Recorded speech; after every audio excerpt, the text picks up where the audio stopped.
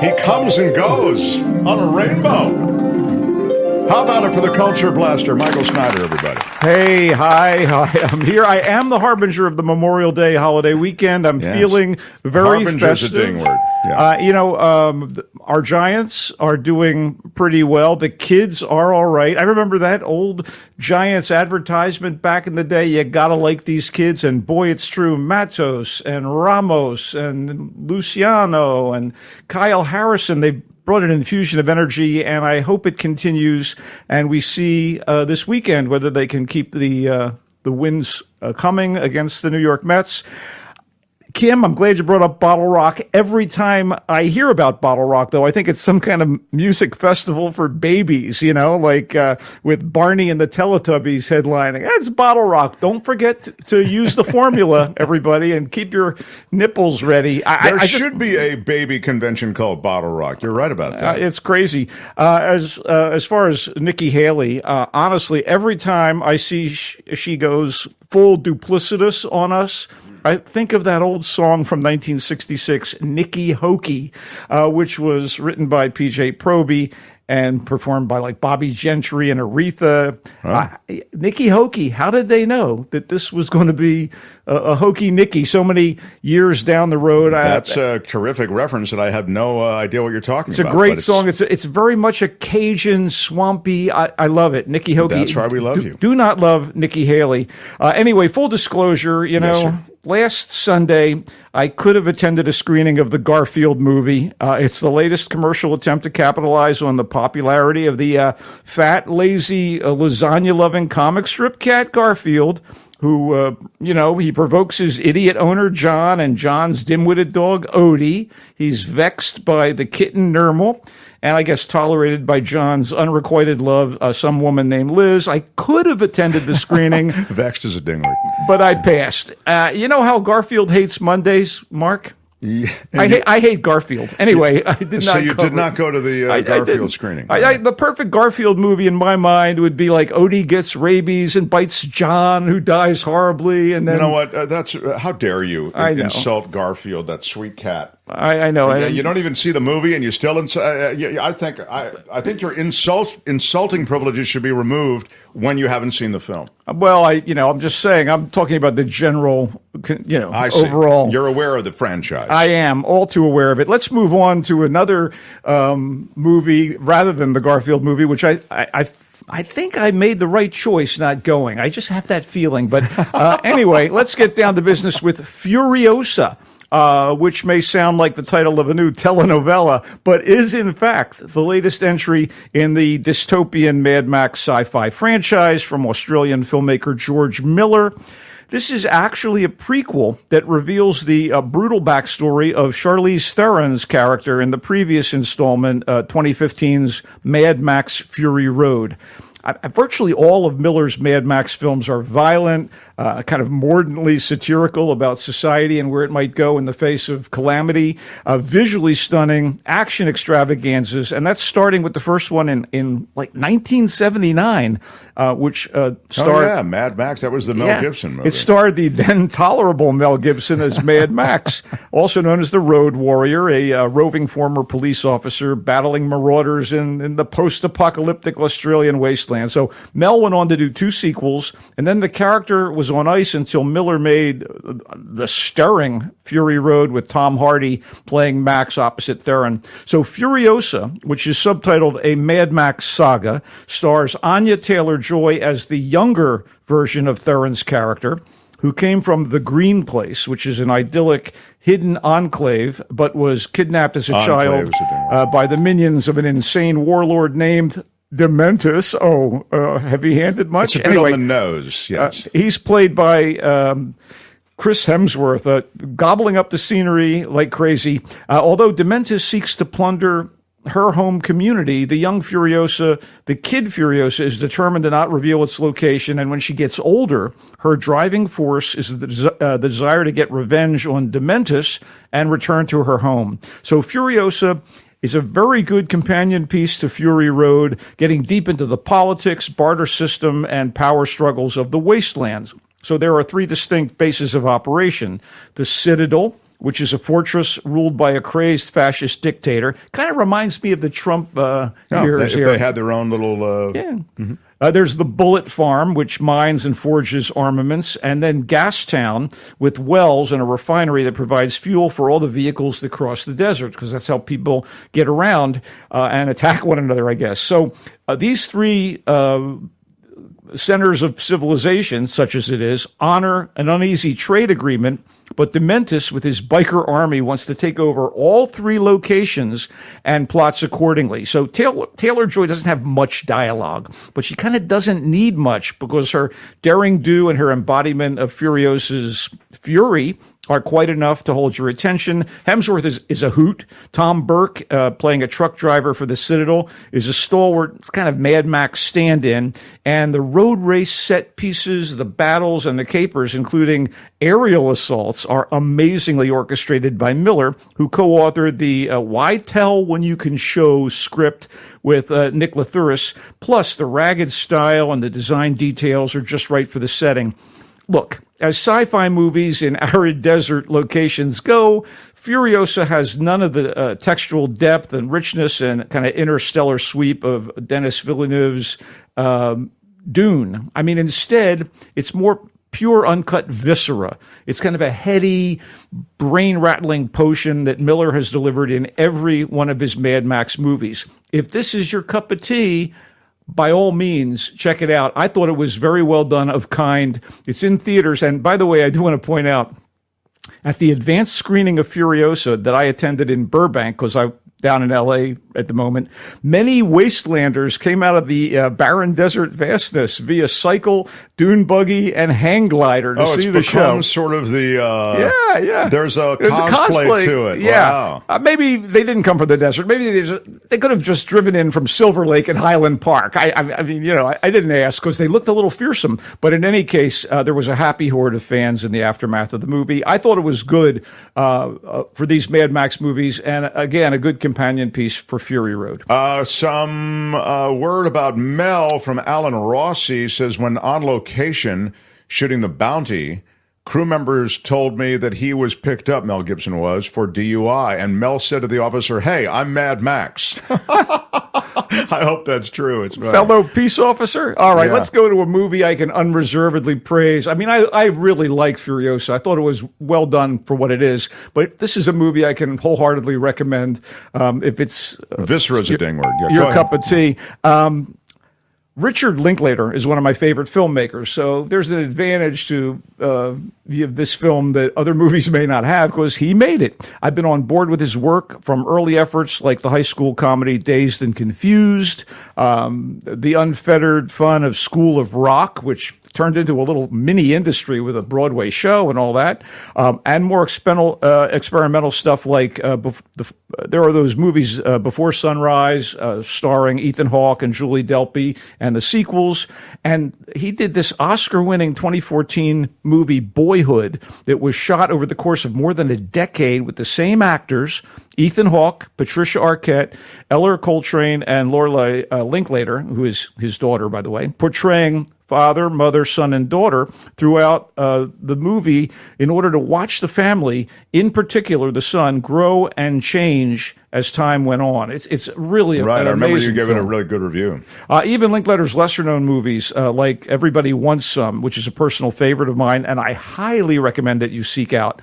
They hold up beautifully. Now I'm happy to report that he's delivered another terrific film with Hitman, which uses the real-life escapades of a guy named Gary Johnson as inspiration for an unexpected mix of neo-noir crime thriller, rom-com, and morality play with a stealth treatise on the nature of identity. And for all that, it's fun. It stars the square-jawed Glenn Powell, who had a significant supporting role in Top Gun Maverick, and upped the ante as leading man opposite Sydney Sweeney in the recent hit romantic comedy Anyone But You. Powell plays a fictionalized version of Johnson, here a professor at the University of New Orleans, whose skill at creating and inhabiting different personas allows him to moonlight as a fake hitman for the New Orleans Police Department. So his part-time job is to ensnare people looking to hire a contract killer, But when he falls for one of his marks, the very pretty and sexy Madison, played by Adria Arjona, and Why does she want to have somebody killed? he dissuades her from going through with a hit on her estranged husband, who's apparently threatening her.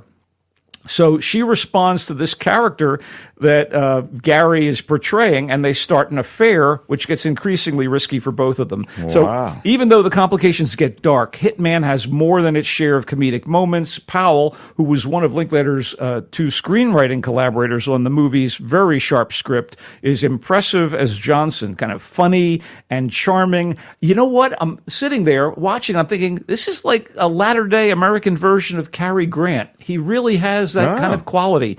And he has great chemistry with Arjona. And the two of them bring the heat. And the supporting players are uniformly great, especially Austin Emilio, Retta, and Sanjay Rao as Johnson's cop handlers. And then the cast members portraying a string of would-be criminals who are targets for the police sting. They're hilarious. They're really fun to watch get their comeuppance. And of course, the New Orleans locations are super cool. Hitman deserves to be a hit, man. If you know what I mean. I get it. I see what you did. It's in theaters this weekend, and it's streaming on Netflix starting next Friday. Oh. Now, the real-life person that was based upon was a real hitman or a real fake hitman? He was a real fake hitman. Okay, good. I just want to make sure I got that clear. That has to be really clear, but liberties are taken in this movie. Oh, I get it. It's I know. inspired by the guy's life, but that's all I'll say. Now that they mentioned cosplay, Viewfinder's president says, what is it? What's it called? Fanime Con? Anime convention is happening all this weekend in San Jose at the McInerney Convention Center. The attendees are parading around town, all around San Jose in costume. If you see somebody walking around San Jose who has gigantic eyes and a tiny mouth, they're probably at the anime convention. Very strong. Go ahead, Michael. If you don't know much about the American musical phenomenon that was and is the Beach Boys, the new documentary, simply titled The Beach Boys, will clue you in. At very least, it'll make a clear case for their importance in the history of popular music, for the brilliance of their de facto leader and primary songwriter Brian Wilson, happily still with us, and their place in the cultural pantheon. After all, in addition to scads of memorable hit singles about surfing, cars, young love, and teen angst in general, Brian Wilson masterminded what is unanimously considered one of the greatest albums ever recorded, Pet Sounds, which was a creative volley in a rivalry that the Beach Boys had with the Beatles back in the 60s. So, blossoming in Southern California during the early 60s, the Beach Boys were founded by the three Wilson brothers, Brian, Carl, and Dennis, teenagers at the time, and it was intended as a rock and roll group that would showcase their love of harmony singing, part doo-wop, part folk music, and part that wholesome, gorgeous vocal blend in the manner of their heroes, the Four Freshmen. They were like a well-scrubbed quartet. With those sweaters they used to wear. But their voices came together in this beautiful, beautiful meld. So this, was their inspiration. But also, these guys wanted to rock out like Chuck Berry. So surfing was a craze, a massive craze, with twangy surf music like that of the instrumental group The Ventures. That was all on the rise, and they caught that wave, if you know what I mean. They replaced this initial fifth member. Well, actually, their fourth member was Mike Love, who was a family member in a way. He was their cousin. He eventually became the front man and did these unfussy, teen-oriented lyrics. And then they had a neighbor guy named David Marks, and they added him to the lineup. They caught fire with a couple singles, and then they blew up with Surfin' USA, which was the first of a long line of hits that kept coming in the 60s and into the early 70s. I Get Around, Dance, Dance, Dance, California Girls, and the complexity of the arrangements kept getting more and more stunning as Brian Wilson grew as a creative force. So shortly after their initial success, they replaced Marks when he decided the band wasn't for him. And it was another family friend, Al Jardine, whose instrumental skills were very valuable and whose own singing voice was this sweet addition to the I'd call them genetically matched harmonies of the other four boys. So the documentary is co-directed by Frank Marshall and Tom Zimney, and it refrains from delving too deeply into the darker parts of the band's story, only touching on Brian's fragile mental state, which led him from Surf City to, Breakdown City. They gloss over the legal squabbles between Love and the rest of the band, and they only add a short dedication to the late Carl and Dennis Wilson without placing their respective deaths in any context. But it does address the oppressive nature of their father, Murray, who managed them at the start of their career, and the short and strange acquaintance of Dennis and Charles Manson. They were acquainted back in the day, and the Beach Boys recorded a B-side to one of their singles that was, at least in part, written by Manson. They kind of buried this little piece of news over the time since then.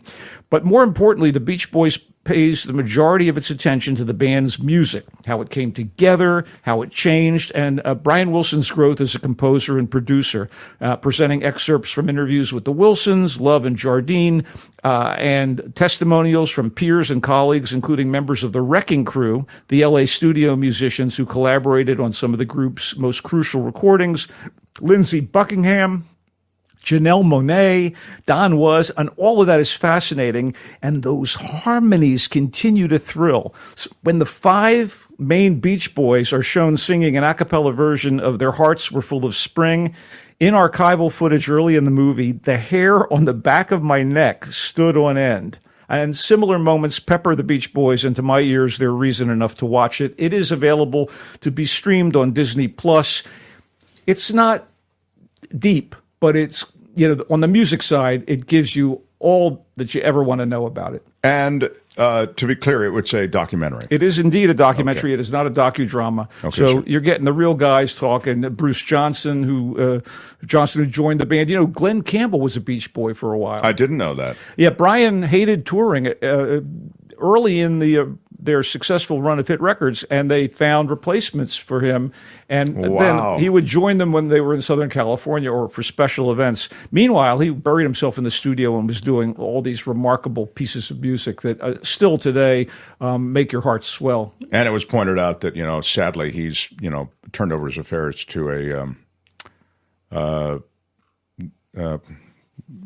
conservator? Thank you. That's exactly what I want. Maybe that's the case right now. There was a guy named Dr. Eugene Landy who was his psychiatrist. Oh, that was a huge controversy. Incredibly controlling. He is not addressed in this film at all. I was going to ask you. So it's not a complete and total picture of their story, but there's so much, and the concentration on the music is so exciting, and the music is so beautiful. You may want to dismiss it as teen baloney because of the early nature of their songs, but tunes like The Warmth of the Sun and Don't Worry Baby and God Only Knows and Good Vibration. Oh, God, they're so beautiful. I can't even. Wow.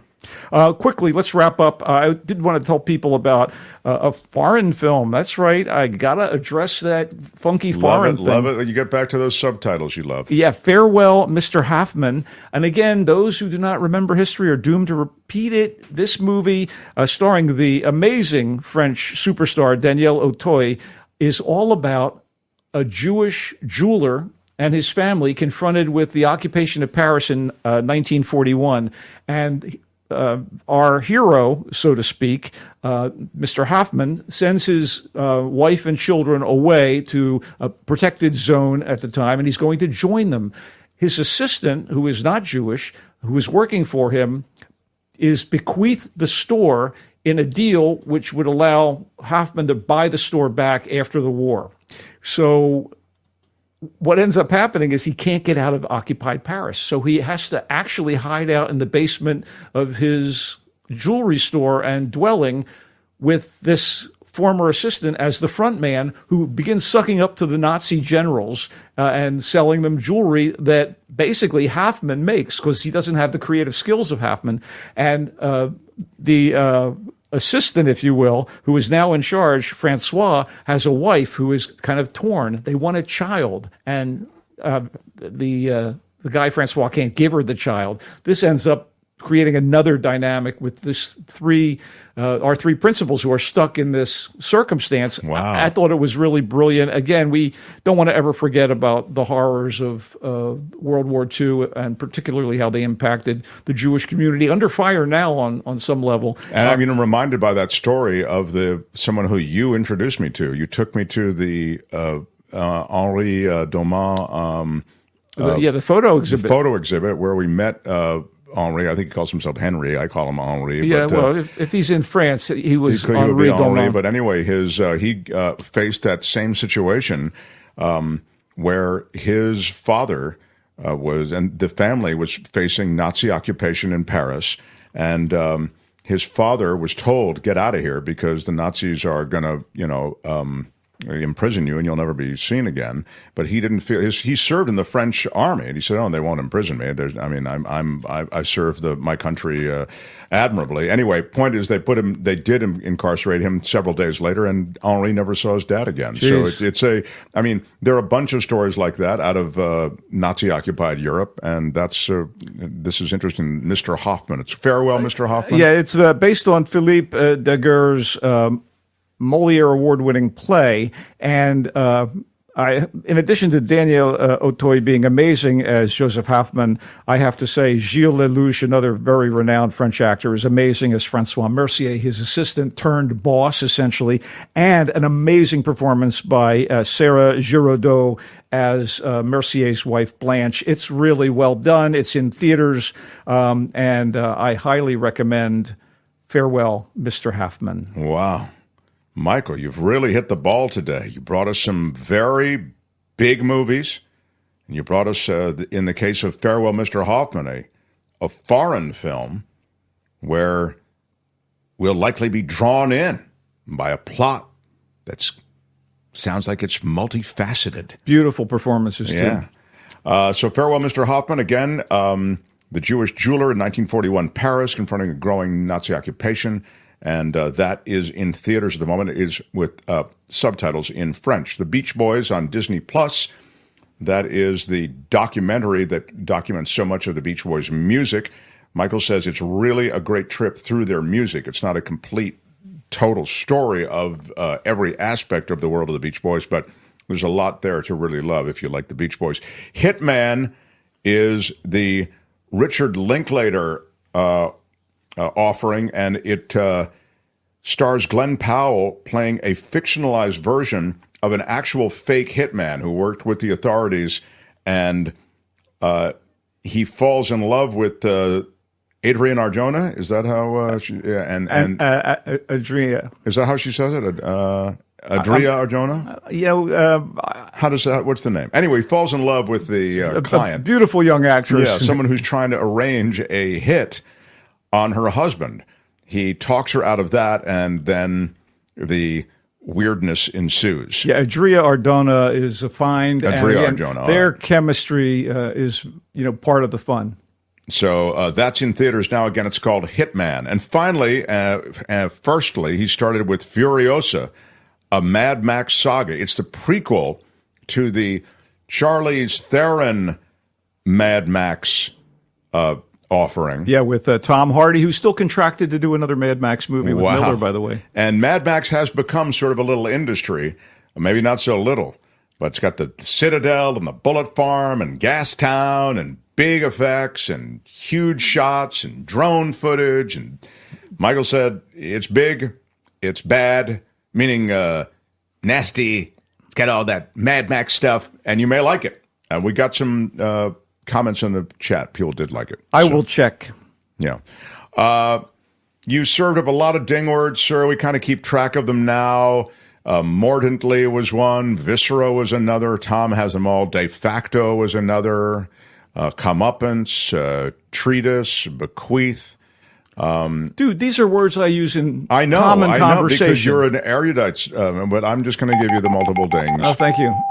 Feels so good. And you have our mad respect. You can read Michael, the Culture Blaster, regularly in a new publication that Bay Area people really may like. It's called Voice of San Francisco, And where can people find it? You can go online and find it at www.thevoicesf.org. My most recent piece is a little something on film noir, but I'm coming up with a little piece shortly about Music City SF, which is a wonderful operation that's trying to bring culture and creativity back to a city that was eviscerated by COVID and by rising rents and services and the coming of the digital age driving out the artists. Eviscerate is a ding word. TheVoiceSF.org. Find Michael Snyder. TheVoiceSF.org. And there it is. You can see it. Tony's called it up for you there. The splash page. Yeah, you can also follow me on X at Culture Blaster and at Threads at Mike the Knife 123. Wow, there's a lot of ways to follow you. I'm learning. Yeah, good for you, Michael. This is a classic Mark Thompson time waster. All right, Michael. Thank you. We love you. He comes and goes on a rainbow. Michael Snyder. Go Giants! Come on. You got to love my Michael Snyder. Come on. You know. The Mark Thompson Show.